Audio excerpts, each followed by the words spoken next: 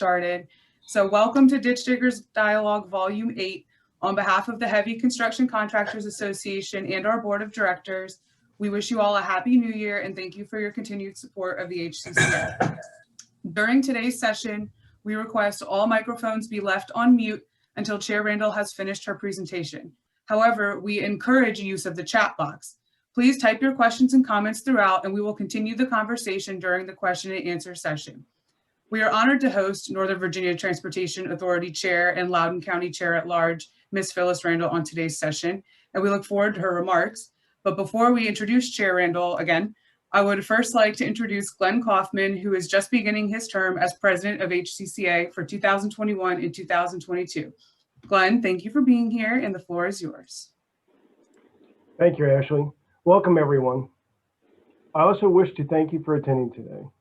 I wish you all growth, security, health, and wellness in 2021 as our nation transitions to the new administration and continues its recovery from the impacts of COVID-19. I am honored to serve as your incoming president of the HCCA. The HCCA has made a great impact on Northern Virginia in the last 63 years, and I am confident that this will continue to be the case in many years and many generations to come. A key component of the association's success is the strength and structure of its board of directors. In the case of the HCCA, the board is comprised of member firms' representatives. The board consists of 5 executive committee members and 8 board members, which all serve 2-year terms. I would like to honor the outgoing board members whose photos are defined on the slide that is now on your screen and thank them for their service. John Blakicki of Luckstone, Justin Campbell of Branch Civil, John Randall Gorby of Lane Corporation, and Michael Trabuco of Shirley Contracting. Michael will continue to serve the HCCA on the executive committee as secretary.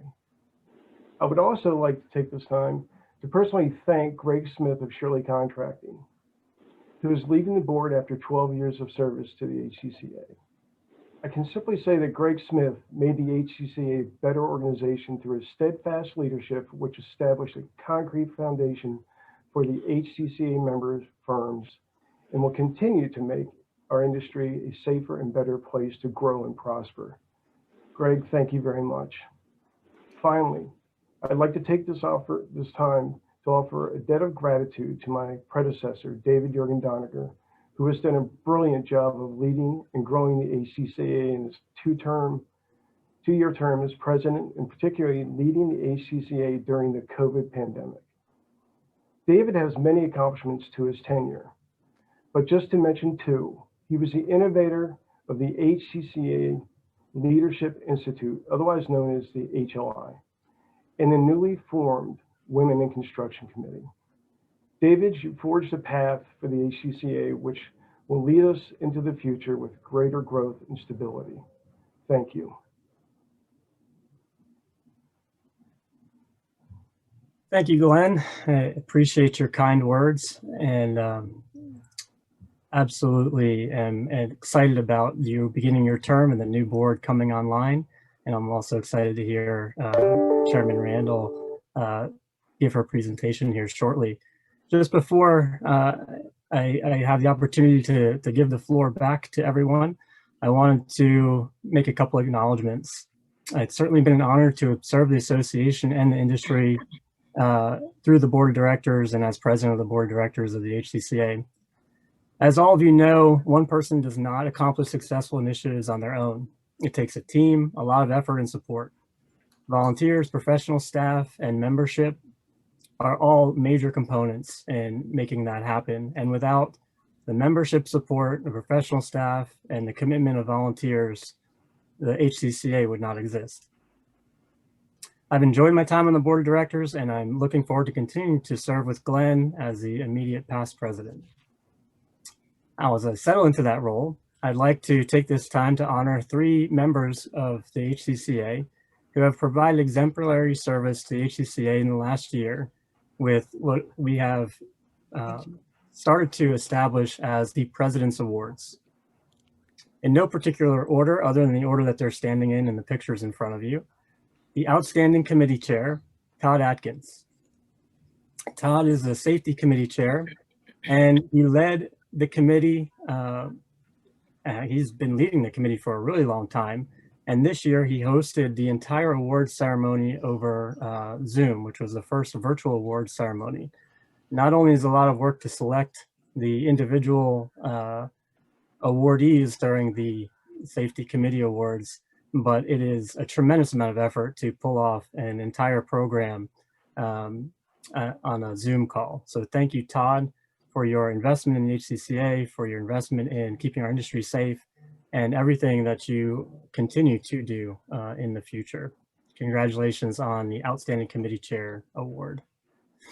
Next is the Outstanding Member, Brian Bathurst, and very similar commentary here, although Brian's event was not virtual. Brian brought energy and excitement to the golf committee and helped assembling the HCCA President's Cup tournament during COVID. He did this following all the CDC guidelines with a tremendous amount of support from the golf committee and other volunteers. With over 180 golfers, the golf tournament was a wild success. And I am very impressed, especially with the crane that was up there hoisting the American flag and many other little things that were sprinkled throughout the tournament.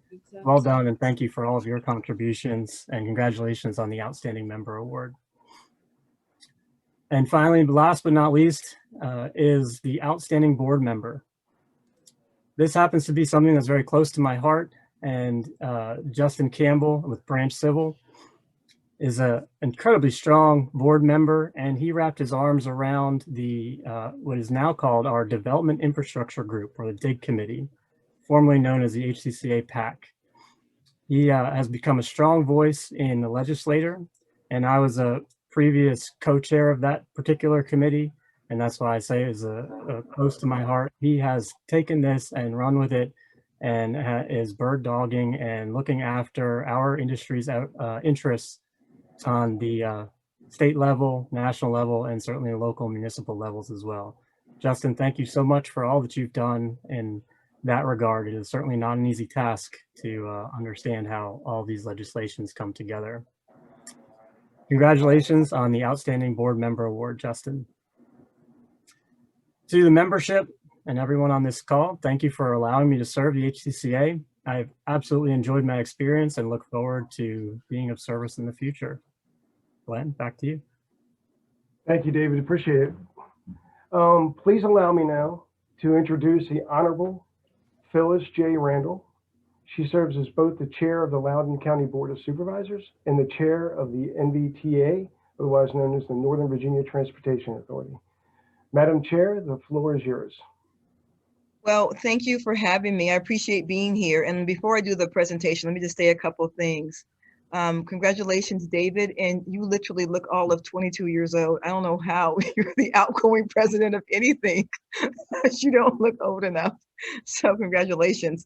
I haven't really had a whole lot of interaction with the Heavy Construction Association, which is unfortunate.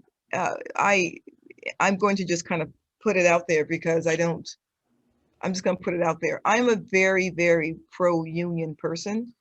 That's just who I am. My grandfather was a Pullman porter, which was the first union for African Americans. My grandmother was IBEW, she's an International Ladies Garment Union, and my father was the Postal Union. So I grew up steeped in unions, and I'm a pretty moderate Democrat. I think anyone would say that. I'm just left of center. And I say to people, but if you want to see my deep blue place, start talking to me about associations or unions, and that's where you'll see it. So I said all that to say that I have a connection, at least one connection, one person, to most of the associations in the Northern Virginia area, especially the ones that may be in Loudoun County. But I don't have a connection with you all. I don't have a kind of a touch point person that I talk to on a quarterly basis, or that has my private cell phone number, those things. I would like to, because I think that going forward with the changes that are coming out of Richmond, it's more helpful. So whenever I want to talk to anyone in the LEA or the LIUNA or, any other association, I know exactly how to get a hold of them and who to call. I pick up my phone, their number's in my phone. So it doesn't have to happen today because I do want to jump off by 11 to go watch the inauguration. but let's improve our relationship, and let's start talking on a regular basis. All right. So I will first say Happy New Year to everybody. We're still, even though it feels like this year has already been 3 months long, it's only the 20th. So Happy New Year. I liked this little cartoon. I thought that was funny because 2020 was a tough year. Loudoun County Board of Supervisors, this board is now at the top of our second year of this board's term. You will see the board members and where they're from. Loudoun County has 9 supervisors. Of the 9 of us, 8 are district level supervisors, and I am elected at large. And so I'm an elected chair. I'm not an appointed chair. I hold the chair seat and the gavel all 4 years, and I have the power of the chair for all 4 years. So if you don't live in Virginia, if you think of what a chair is, think of it, it's a mix between a county exec and a board chair. That's what a chair at large is. So I'm not a chair, I'm a chair at large because I'm elected. The board is made up of, the board is made up of 6 Democrats, 3 Republicans, but along that political spectrum, you will find everything. You will find a very, very, very conservative Democrat, and a rather liberal, and a very, very, very conservative Republican, and everything in between. And so I never kind of look at the board as our political makeup, because we have very different philosophies and personalities, even within the parties. We have been now sitting for 1 year and 20 days, and it's a remarkable board, remarkable way to serve. In Loudoun County, we are the county that goes first in the Capital Metro region to do our budget, so we're already into our budget. I'll talk about that in just a minute. I always start with COVID in Loudoun County because COVID has been so impactful on everything that I start with that just to kind of level set people. So in Loudoun County, our current COVID numbers, meaning as of last night, is we've had a total cases of 17,236. That's an increase of 599 cases in 1 week. That is the highest increase we've seen in a week. It's bad. Hospitalizations are 692. We have seen 5 in the past week. The number of deaths are 172, unfortunately, in the past week. The good news is our percent positive rate has ticked down just a tiny bit to 15.9%. It's been as high as 18.1%. And I always want to say our recoveries, and the way I say recoveries is, although I know there are long-lasting effects of COVID, but if you're still with us, then you have recovered, and you can get better from here. So it's been over 17,000 recoveries. Thank God about that too. I do want to talk about the Loudoun County fiscal year budget, both last year and this year. The next slide, please. As I said, Loudoun County is the first county that does our budget in the year. So last year, when we finished our budget process, we finished about April 1st or 2nd, and COVID was really starting to see what COVID was. And so as soon as we finished approving new positions and deciding what capital facilities we were going to open and what new construction projects we were going to begin, as soon as we finished the budget process, we literally turned around and froze $100 million in the budget. The way our budget works, it's a 2/3, 1/3 split. So when we froze the money, 60 million of that was on the school side, 40 million on the county side, and across the board. So raises, capital improvements, new construction projects, bringing on new employees, everything, we just froze it. We actually wanted to see what was going to be our taxes, how our tax revenues came in. So we've had two tranches of 2021 fiscal year tax revenue. October 5th was personal property tax, and then December 5th was the real estate tax. And both of those numbers came in almost at the same levels as last year. Loudoun County has been very, very fortunate in COVID, much more than other counties, in that we are a very tech-heavy county, which meant that about 85% of our employees could go home and work from their computers and work at home. So about 85% of our residents did not see any change in their in their salary, which is amazing and not true for most places. Of course, the people that did see the change in their salaries were people in the hospitality industry, restaurants, hotels. Dulles Airport sits in Loudoun County, so everyone who works at Dulles Airport was hit hard. So the 15% of the people in our county who did see a impact on their salary, the impact was great, severe, and the 85% didn't see an impact at all. That's just the county we are. We have began the FY22 fiscal budget process. We gave early budget guidelines at our first meeting in January. With the guidelines we gave was 1.125. I'm sorry, $1.02.50 for the current tax rate, which is a slight tick up on the equalized tax rate. So that's where we're at right now.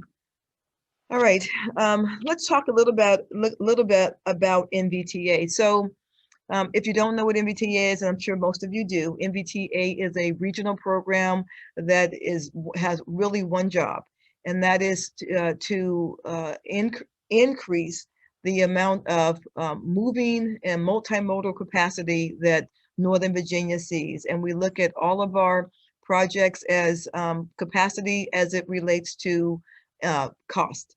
And so we may have one project that will move, I don't know, 50,000 people. But if that one project that moves 50,000 people costs $5 million, we're going to look at some other projects first because it's not moving that many people. So it's congestion relief relative to cost is always how we look at all projects in NVTA, congestion relief relative to cost.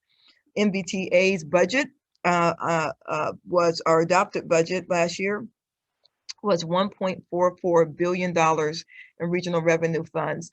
The way we amass money in NVTA is we have a budget process. Well, we had a budget process where we receive money from 3 different sources: real estate tax revenue, gas tax revenue, and TOT taxes. TOT meaning transit occupancy taxes. So taxes on hotel rooms and things like that.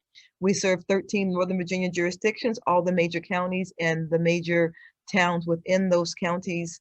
Not usually the smaller towns as much, but the major towns within those counties. And we have 41 candidate projects. Next slide, please. So the way NVTA works is we have what's called a 6-year budget program. So, and that's true for our county budget too. We have a 6-year, what's called OUT program. So how we're going to build things. And so the counties and the county staffs put in their building priorities, and then NVTA, one of our subcommittees, looks at all the priorities, and then they send it down to the full committee to decide what priorities we should look to spend money on. And again, that is congestion relief relative to cost. Is the first thing we take a look at. What will move the most amount of people for the least amount of money? That is what we're trying to do in NVTA. $530 million in authority revenue program on 20 transportation projects. And really, we try to encompass, is that you, Elizabeth? Okay, I'm having a little bit of feedback. Really, we try to encompass, if everyone can mute, I really appreciate that. I'm gonna look, there we go. Really, we try to encompass all multimodal methods. So while most of our money is literally in building roads people put their cars on, that is the truth. That's not all of our money. We have had quite a bit of money for things like bike paths or walking paths, but only if those bike paths and walking paths have regional significance. And you might ask, well, how does a bike path have regional significance? Well, if you have a bike path or a walking path that takes you to the metro, then that's regional significance. And so that's why we say multimodal, and that's why it's not always just roads that we build. We also have given over $1 billion into the metro itself for capital projects. We don't do operations in NVTA. It's all capital. So it's all what we're building so that people can get around better. To date, the authority is advancing 106 regional multimodal transportation projects totaling $2.5 billion for congestion reduction throughout the region. It should also be said that because you can go to the next slide, because we receive our money through Northern Virginia taxpayers by the code that the House bill was written on that created NVTA, we can't use any money across the river. Like all the money that all of our projects have to stay in Northern Virginia because Northern Virginia taxpayers are paying for the projects. So I just want to talk a little bit about the NVTA funded investments by the corridor, because these are really important. I won't read them all to you. I will highlight the Route 7 Dulles Corridor Silver Line project has been a huge project. And this is where I will say that these contracts of who would do the Silver Line, which companies would either build or have any part in it, were mostly decided before I became chair, because the Metro was approved in Loudoun County in 2011. I became chair in 2016, so they were already done. We have made the point, we meaning the current board, has made the point repeatedly, especially myself and my colleague, Mike Turner, that the issues we are seeing with the Silver Line right now are on the second phase of the Silver Line construction, which just happens to not have any association or union contracts. The issues we saw, the first phase of the Silver Line construction, we saw no issues. They came in on time and slightly under budget. And the second phase, that was not true. We have asked from the dais, is there a correlation between the first phase and seeing some association/union involvement, and the second phase seeing no association and union involvement? And we have been assured that it has nothing to do with one at all, that the two things were not at all related. So I just thought I would point that out because I thought that was interesting. But if you look down, you can see the rest of the projects that we have in the entire metro region. And if you look to your right, that's just, politicians digging dirt and cutting ribbon, which we get to go up, dig dirt, cut ribbon, walk away. People who actually are doing the construction are the ones who are actually doing the real work. I never do a ribbon cutting or a groundbreaking that I don't acknowledge that we elected officials get this moment where we get to take a picture, and then we walk away and somebody is out there for 2 more years in the rain, in the hot sun, in the sleet, who are actually doing the work. And there is never a time that I've cut a ribbon or broke ground that I didn't acknowledge that and say that. I can send this slide to you so you all can see it afterwards. So I want to talk just about investment by mode, because I said before how we spend our money. And this is really kind of important to say where we spend the most of our money. And remember, all of our money is in capital. As you can see, most of our money in NVTA is spent in the, if you look in the yellow, that's roadway. So of the 87 projects, 30 is the road projects, because whether we like it or not, and as much as I wish people didn't, I wish people get out their car more. Northern Virginia is just a car place. I grew up in Denver, Colorado, and I will say, you could get all over the entire Denver metro region on a bus. The RTD would take you from one end of Denver to the other end, to Aurora, to everywhere else. It was a very interconnected system. When I came to Virginia 30 years ago, I was surprised at how the transit system is not nearly as interconnected as is in other places. Thus, we build roads. So of our projects, 30 are road projects. The other thing you might notice is that 19 are bus projects. And that's always a question we get, like, especially if you're out in Loudoun County, because why is that? And that is because when you look into the numbers, buses are the main source of transportation for people who who seem to struggle a little more with their finances. So people who hit the lower income levels, they take buses for lots of reasons, but they are on buses. Also, if you have people around mass transit, you just are going to have more homes that are around mass transit. And so that's why you will see that. You also see that we've done a good deal of money in rail. So some of the things that we have not done enough as much, obviously, are bike and ride and pedestrian, because it's hard to make the case, and you have to make the case, that a bike trail is a regional project. And if you can't make that case, then you probably won't get money for your bike trail. So those are those numbers. Okay, so I know I'm talking a lot.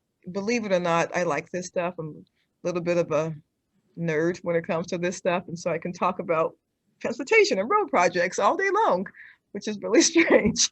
All right, but we're going to the next one. So I want to talk a little bit about the change in travel behavior due to COVID-19, which of course we're still in COVID-19, but there's been a lot of studies on travel behavior. It's interesting because before COVID, I was doing a lot of work to help people to help people realize that they could do telework and that telework works and all those types of things. And companies just would not do it. They just would not buy into telework options. And then COVID happened and everyone went home, and we're finding how that looks.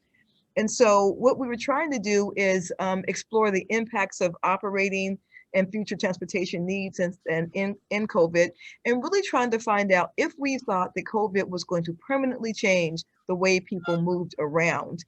I actually do think it will. So we did some analysis, plausible future scenarios. We weren't trying to kind of predict if we can know for sure, but just try to figure out if there were going to be any changes. We developed scenarios based on policy levels, choices, behaviors, transportation impacts, potential impacts. And what we came up with, the next slide? No, it's not the next slide, go back. What we came up with is that we are already starting to see a lot of traffic come back on roads. In fact, about 2/3 of what we were seeing pre-COVID is come back post-COVID. What we're not seeing is people back on transit. So the metro numbers are not coming back up to any very high. They've creeped up a little bit, but not a lot. Metro bus numbers have come up much more than metro rail numbers, but we are seeing an increase in people traffic numbers. We're not sure if that's traffic, people going to work, or just people moving around again because they can go to malls and stuff. Now, the important thing about that is we saw those numbers come back up and then they've kind of leveled off. And so what might be happening right now is COVID numbers went back up, so people went back home, or those may be the new numbers.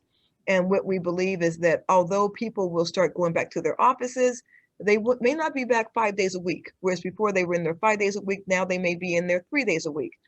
Employers have figured out that you don't have to spend as much money to rent space for your employees, and employers have figured out that things like tolls are travel budgets, they can save on that money. And so there's a lot of discussions about what roads need to be built and what stations need to be built and what buses need to be purchased post-COVID. And we're starting to figure some of those things out right now. And that will impact our NVTA discussions, how we award contracts and that type of thing, in what area we award them. But those are still all playing out. And I think we're probably not going to really see the impacts on COVID, especially in transit, probably until this time next year when people feel really safe to come back. So I'll stop talking now and go to the next slide. All right, so now analysis looking ahead. These are the things we are trying to do going ahead. Right now, we're still welcoming the Silver Line into Loudoun County. That is still on. I know that there's reports that the Silver Line won't come. We are still looking to see the Silver Line in Loudoun County in the second quarter, and hopefully people on it by the third quarter. And we don't know how that's going to, but we hope it reduces traffic. Areas are concerned, I talked about already, is transit recovery. What we don't know is, things like K-12, who's going to work from home. And then we have some additional considerations in that Northern Virginia still is a really, really, really fast growing county. Loudoun is a fast growing county. In Loudoun, we grow by about 30 people a day. we're one of the fastest growing counties in the nation still. To put that in perspective, Loudoun has built a school cluster, which is 3 elementary schools, a middle school, and a high school. We've built a school cluster every year for the past 10 years in Loudoun County. That's if you want to put the growth in perspective. So a lot of the growth for it is in the exurbs. The exurbs are Prince William County, Loudoun County. We're seeing most of the growth in the area. Next one, please. Economic impact analysis of NVTA funded projects. So again, I'm not going to read all this to you because we can be here all day and I can talk about this stuff all day. But I do want to highlight the second area. Statewide, NVTA projects are producing 26,000 jobs, with 90% of those jobs in Northern Virginia. That is a huge, huge number. So NVTA is employing a lot of people in Northern Virginia. And I believe that that's probably maybe one of the most important things I can say to this group is how many people NVTA employs. And those are, you know, the construction industry is one of the industries that has not only survived but grown during COVID and was seen as a industry that was needed. So I think that is okay, one more slide and then I'll take questions. The focus area for the General Assembly for NVTA right now, and the General Assembly is in session. It is supposed to be a short session followed by a short special session. So they're going to be in session for about another 45 days. The first thing is we did lose the revenue. I won't go through all that because it would take forever, but we want to restore revenue lost to NVTA and protect. I have screamed for 3 years that I want to see protected language around the NVTA House Bill 2313 so that the NVTA funds can never be rated again for anything else. So we want, because if we don't have the protected language, the authority really can't meet our mission. We want to support and provide permanent flexibility to hold virtual businesses. So basically what we're saying there is whether you're doing your business virtually or going in, we want to be able to support you. And we want to have quick and really equitable distribution of federal funds and transportation money that is going to come through the COVID relief money. Equity is a big thing right now, and we see sometimes that the COVID money does not flow in an equitable way, but NVTA is committed to seeing that money flow equitably. I will stop talking and answer questions.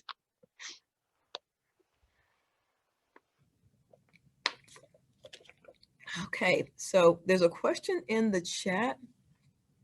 Oh, I don't have a question. Do you guys want to do questions? Because I don't see questions in the chat right now. So if you have questions, I don't know how you want to do that.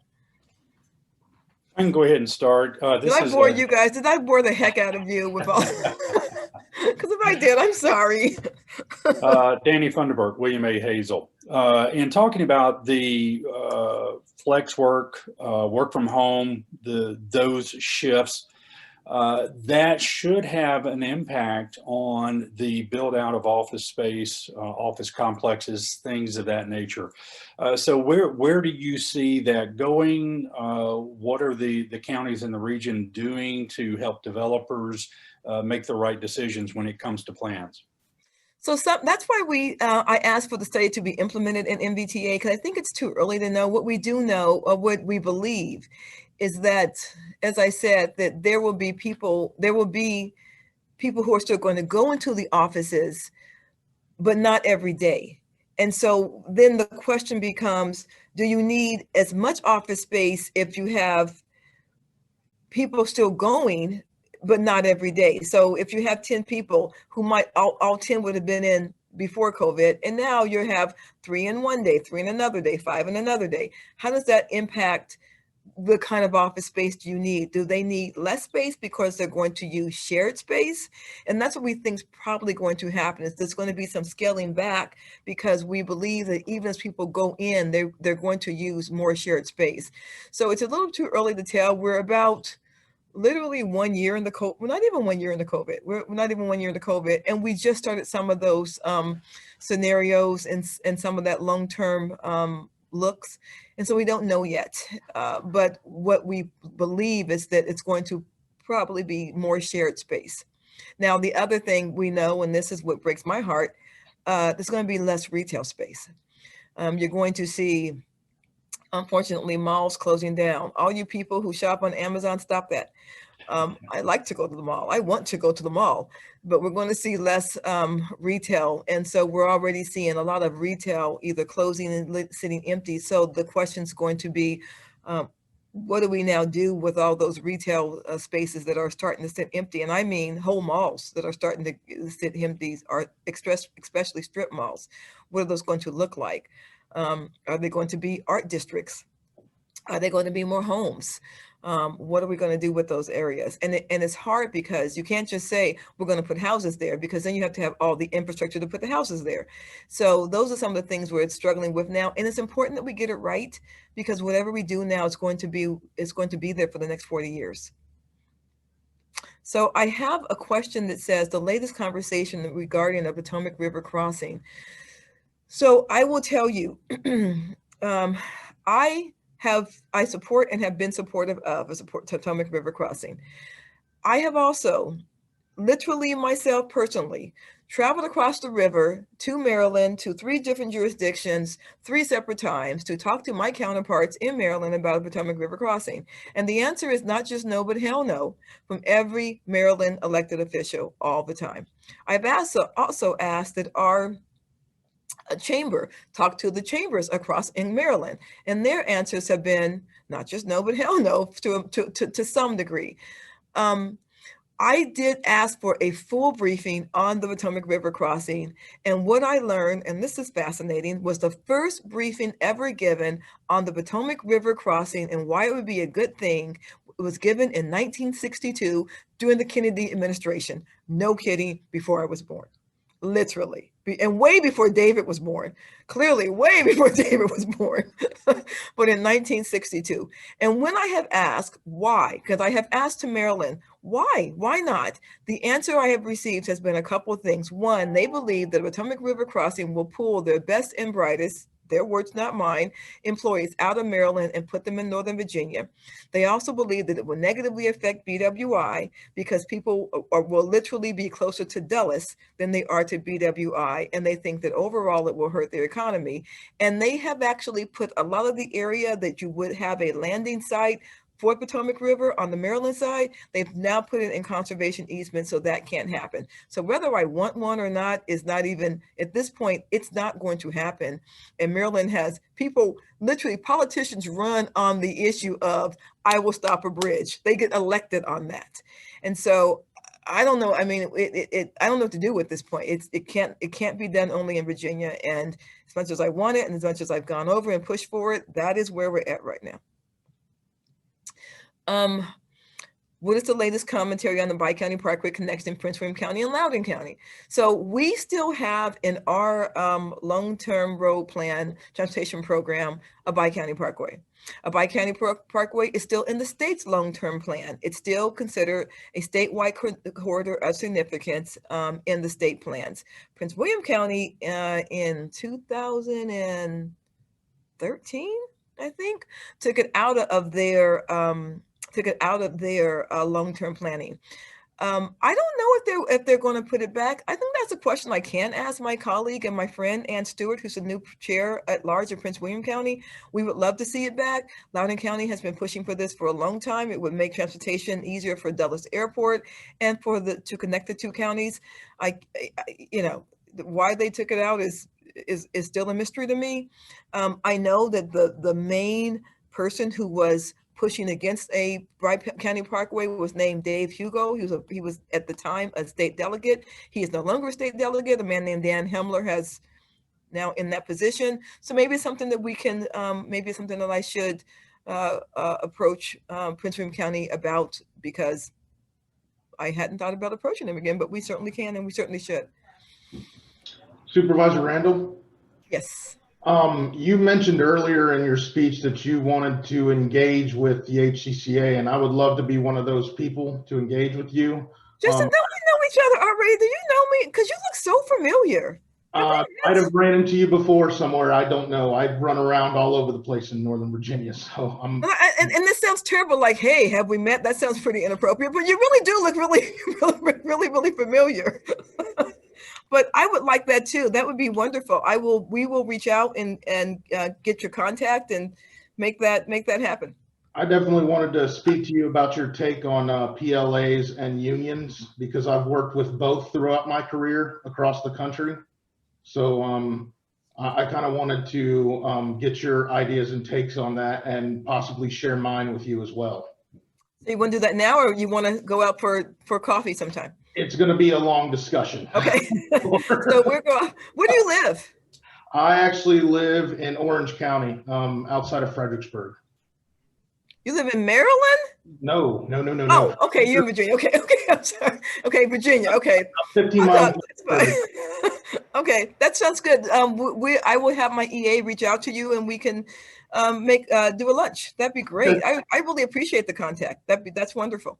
Absolutely. Thank you. I have 2 more questions in here. How do I feel about VDOT Smart Scale is working? That's a great question. So the problem with Smart Scale is, well, I shouldn't say that. First, let me say that I think VDOT overall gets a bad rap. VDOT has great, committed employees who work very hard, who are understaffed and overwork and do a good job. I really do feel like that. And so I think that they get just a bad rap all the time. And I wish that were not so. So, I want to say that first. All the funding programs are supposed to be completely non-political. That's almost impossible when you're talking to politicians to be completely non-political. And so we have in Loudoun County, I have myself received a phone call on the last term from the Secretary of State that told me why we were not going to get Smart Scale money that we were first in line for. And it's interesting, Loudoun some years ago, I think it was 2011, made the decision to put 3 cents on our tax dollars to build our own roads because we weren't getting VDOT money. That wasn't supposed to stop us from getting Smart Scale money when we scored high enough. But that's how it works sometimes. When you have a county that has decided that they're going to build their own roads, you stop getting the Smart Scale money as well. And really, it's the Smart Scale is supposed to work that no matter what that score is, the locality and the project is supposed to receive the money, no matter no matter whether they're building roads themselves. And that doesn't always happen.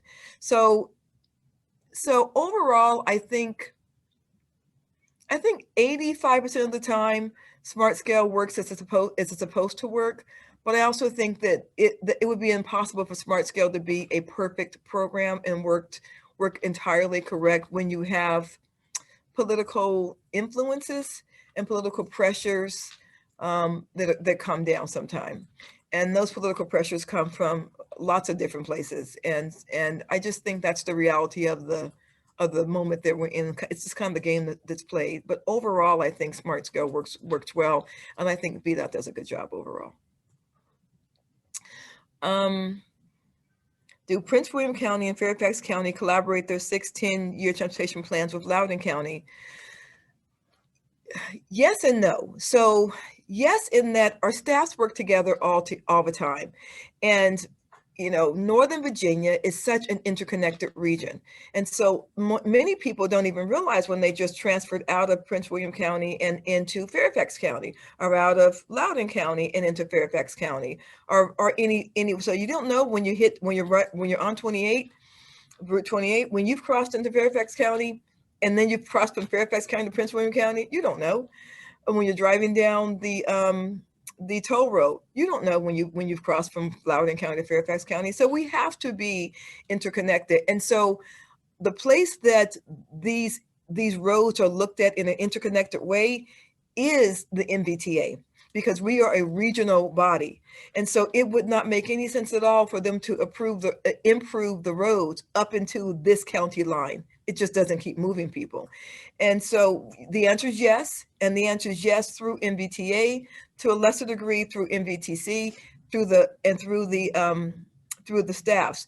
We actually have a roundabout that Loudoun County paid for 100% that sits in Fairfax County, because the roundabout was going to benefit more Loudoun County residents as they left our county going to other places than it was going to benefit people in Fairfax. So although we paid for it 100%, the roundabout sits in Fairfax County. And when you first hear that, you think, well, that's just ridiculous. Why would you do that? But the truth is it benefits our residents more. So the answer is yes, in more than one way.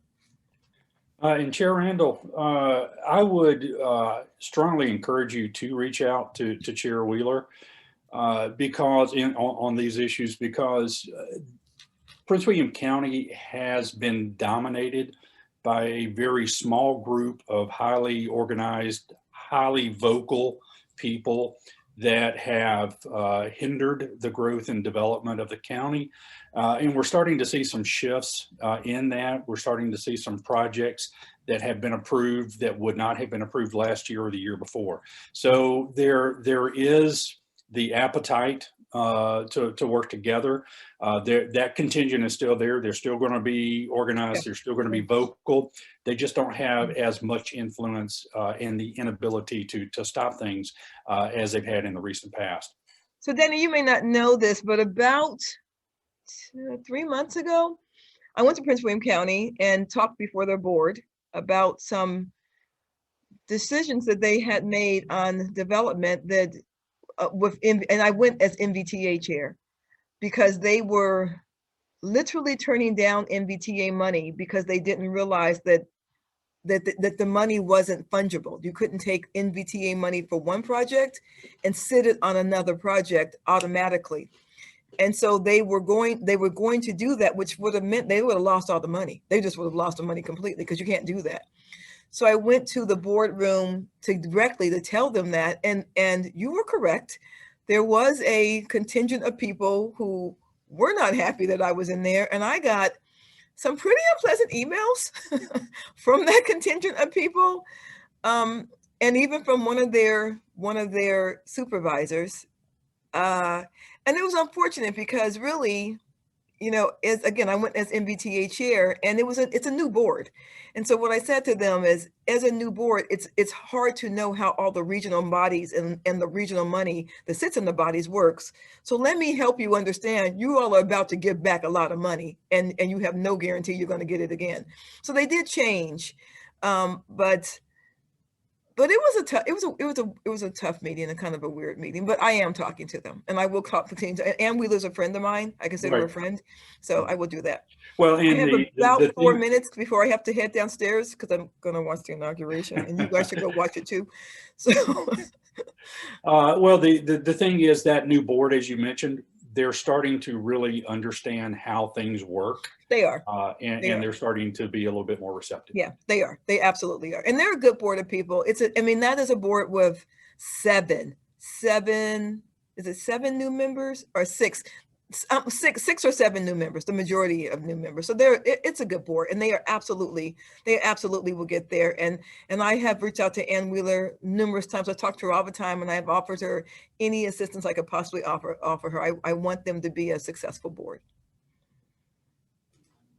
Okay. Off in time for the inauguration. I know I certainly would like to watch it as well. On behalf of HCCA, I thank you for your remarks today on your presentation, and I also appreciate what you said about wanting to have a stronger connection with HCCA. And myself and Ken Garrison will certainly be reaching out to your office to set up a meeting as soon as we can. We'll include Justin on that too, to see if we can just have a joint lunch or something like that would be great. So thank you very much. That sounds wonderful. Thank you so much. I appreciate you all. Thank you. Bye-bye. Thank you all.